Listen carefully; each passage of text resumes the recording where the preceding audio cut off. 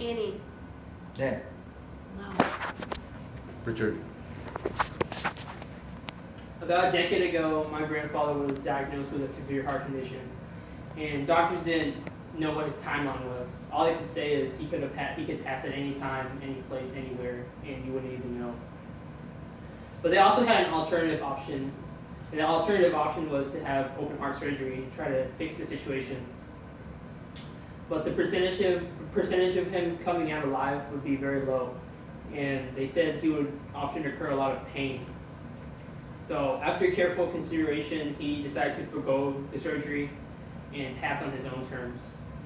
And as a family, we ultimately supported his decision and supported him, and he passed very peacefully. For most people, this wouldn't be considered euthanasia, but little do they know that euthanasia can come in many different forms, and this form would be considered passive euthanasia. Euthanasia is a very controversial topic, and for most people, they believe it's unethical because they believe that life is a precious thing and shouldn't just be taken away very easily. But for me, I believe that euthanasia is an ethical thing because when people suffer, they should have their own dignity to take their life by their own hands. I'm pretty informed about this topic because I've taken more than a few classes about it in college, as well as experienced it in real life with my grandfather, and most recently, my aunt. So first, I'm going to inform you about some background information about euthanasia, and secondly, I'm going to talk about some opposing viewpoints, and finally, I'm going to talk about some viewpoints that support euthanasia. So to begin, what exactly is euthanasia? According to the Merriam-Webster dictionary, euthanasia can be defined as an act or practice of killing or permitting the death of a sick or injured individual in a painless way, otherwise known as a mercy killing. In the world, there are only 7 countries that permit euthanasia, and none of those countries include the United States. However, in the United States, there are 4 states that permit euthanasia. Those 4 states are Oregon, which started in 1997, Washington State, more recently in 2008, Montana in 2009, and most recently Vermont in 2013. Even with all those states, there's an overwhelming support against euthanasia. According to the editorial, "Life is Too Precious for Lawmakers to Assist in Its Ending" by Telegraph View written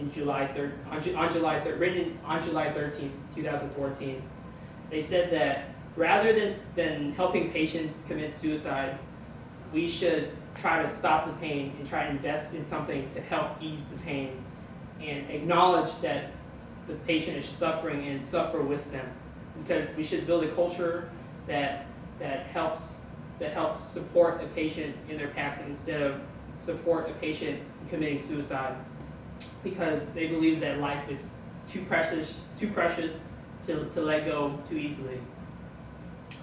However, that opposing viewpoint seems a bit more unethical than ethical, because as a person, you know that you can do something about it, but yet you choose not to.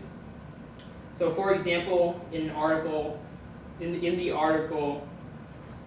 Euthanasia Relieves Suffering, written by Carrie Snyder in 2006, she said that about 5 to 10% of cancer patients who have pain, their pain cannot be relieved by such palliative medicines or painkillers, but they have to resort in a more serious type of medication, which is a medically induced coma or a prolonged period of unconsciousness.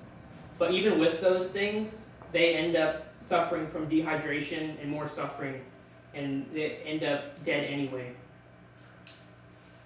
So that's the reason why it's unethical just to leave them suffering instead of just helping them leave on their own terms.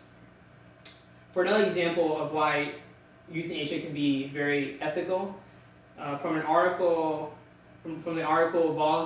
Voluntary Euthanasia is Ethical by Derek Humphrey, written in 2006, he said that euthanasia, there are very big parameters, rules, and regulations on how to even get the drugs to even commit suicide. It's a very difficult process. It's a very long process.